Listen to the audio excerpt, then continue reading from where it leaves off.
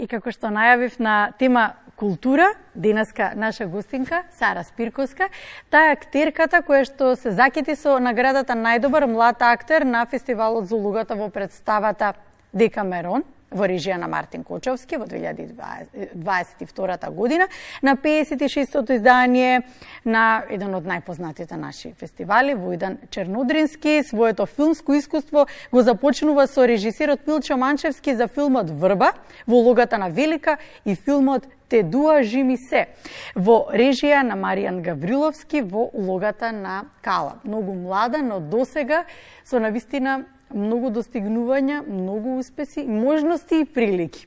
Со неазистите разговараме. Добро утро. Добро утро. Дали овие сите кои што ги набројав досега, иако е навистина чудно, Сара, колку години имаш? 26. 26. Да. Чудно е за некој од повозрастната генерација, кога ќе слушна дека толку можности и прилики имала млада актерка, која што се уште и во делот тие не била завршена со факултетските обврски. И дали тие се всушност оние кои што даваат ветер во грб и го отвараат патот за понатаму? Дефинитивно, особено наградата ја добив токму веднаш после дипломирањето, не последно после дипломирањето, што знаеме какви предизвици следат после тоа.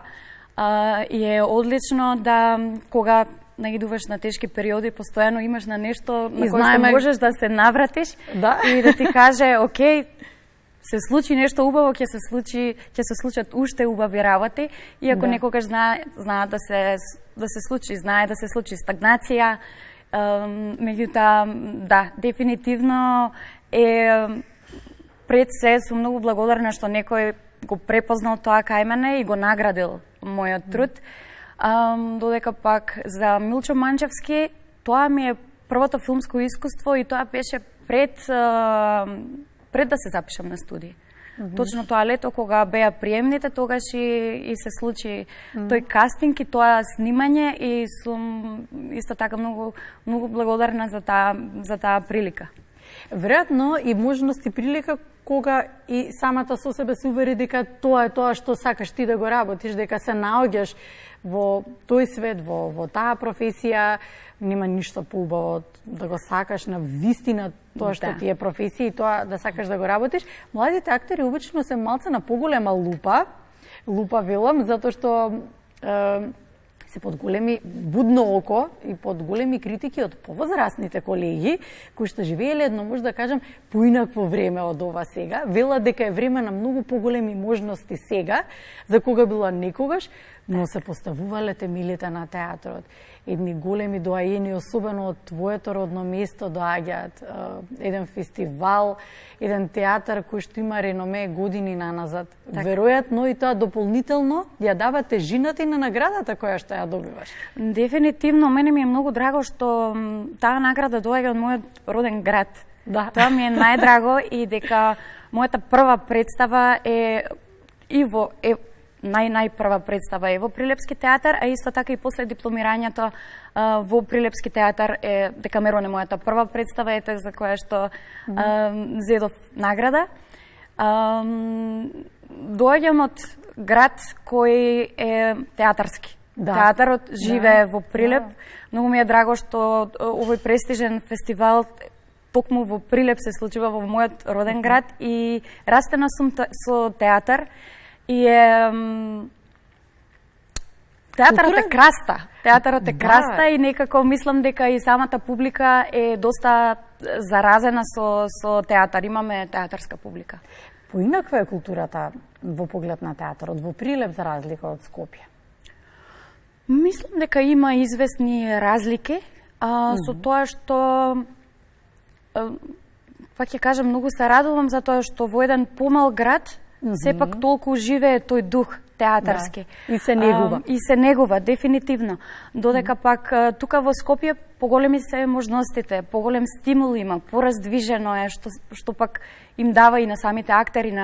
Јас секогаш викам, потребен е стимул, потребно е актерот постојано да е обкружен со нови работи кои што ќе полната креативна сила на актерот.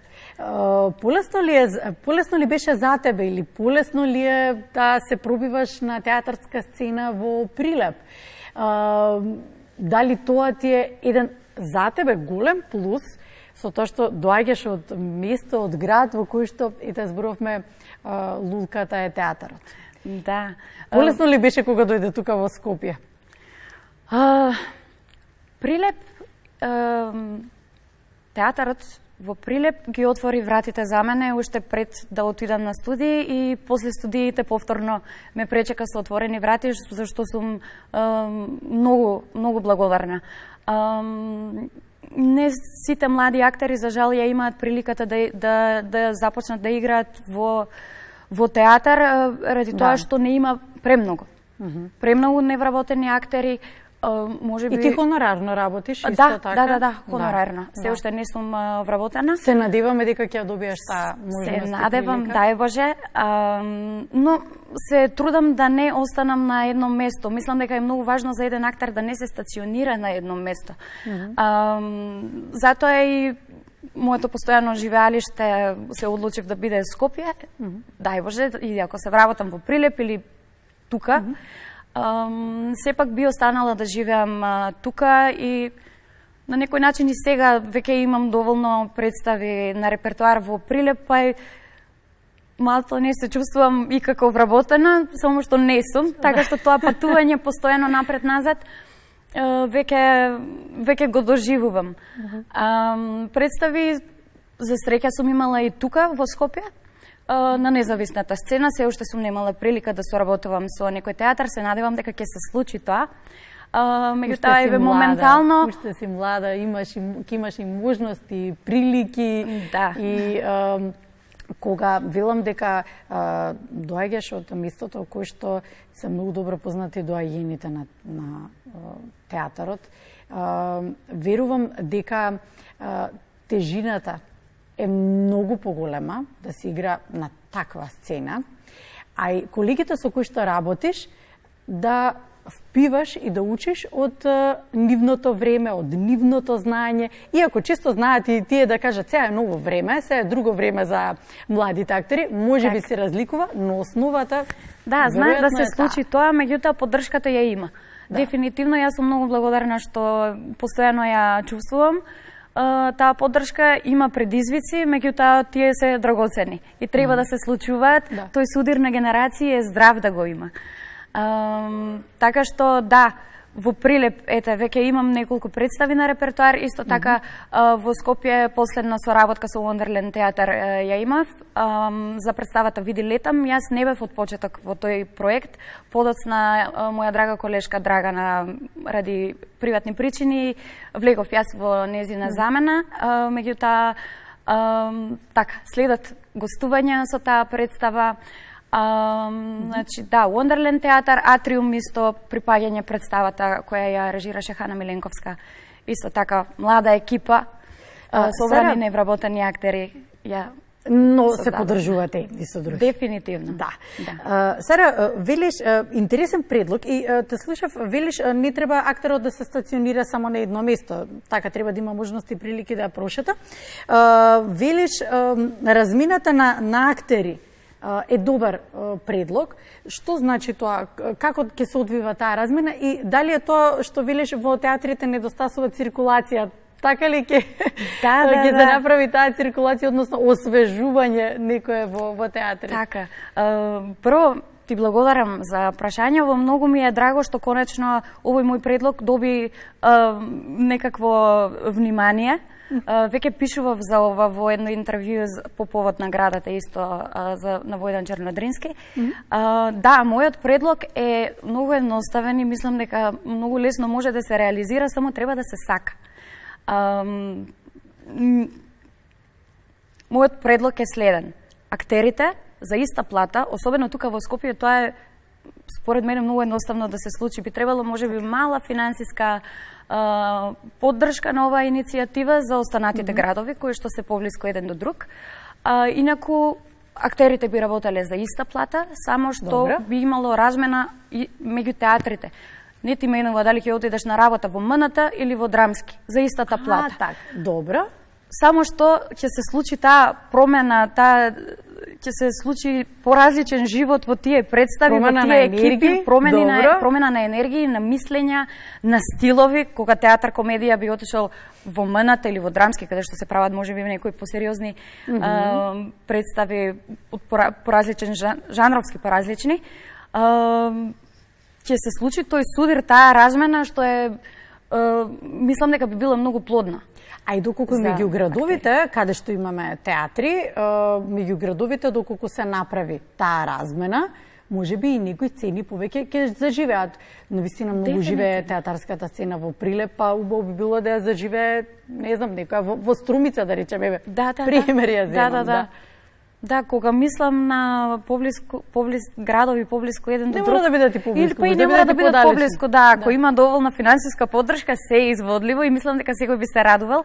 Меѓутоа, да, Прилеп, Битола се тука и ние цело време одиме едни кај други на представи, мислам дека и се случувале соработки претходно.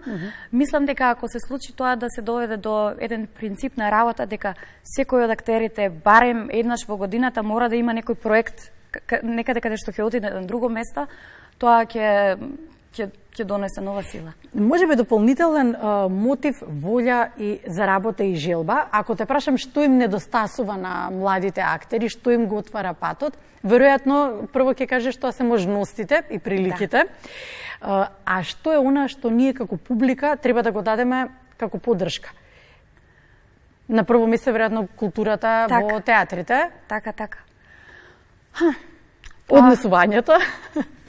Да. Нели се научивме? Јас сметам дека се научивме. И јас мислам така. И јас мислам така. Не сум била нешто разочарана, не сум имала таква ситуација, се надевам дека нема ни да имам, се уште сум млада, кој знае уште што се неќе се сретнам. Меѓутоа, да, публиката ние ја учиме како треба. Публиката се тренира. Публиката се создава. Затоа сметам дека треба од најрана возраст да се учат децата да доаѓаат во театар. И така и ќе го развијат тоа чувство, ќе се научат како треба во театар, ќе им се развие таа желба. Публиката се создава. Да, дефинитивно се согласувам со тебе дека да, публиката се создава од најмала возраст и затоа е потребна да биде богата понудата, за да имаме и каде да ги однесеме децата, но и ние да избегаме некако од обврските од това динамично сегодневие кое што ни се случува и буквално да влеземе во некој друг свет, во нека приказна, во нека представа. Летниот период е обично период на можности. Секогаш актерите го гледаат како период на можности. Дали можеби отворените сцени го прават истото? Малку баш е сега летен период и сите се на колективни одмори.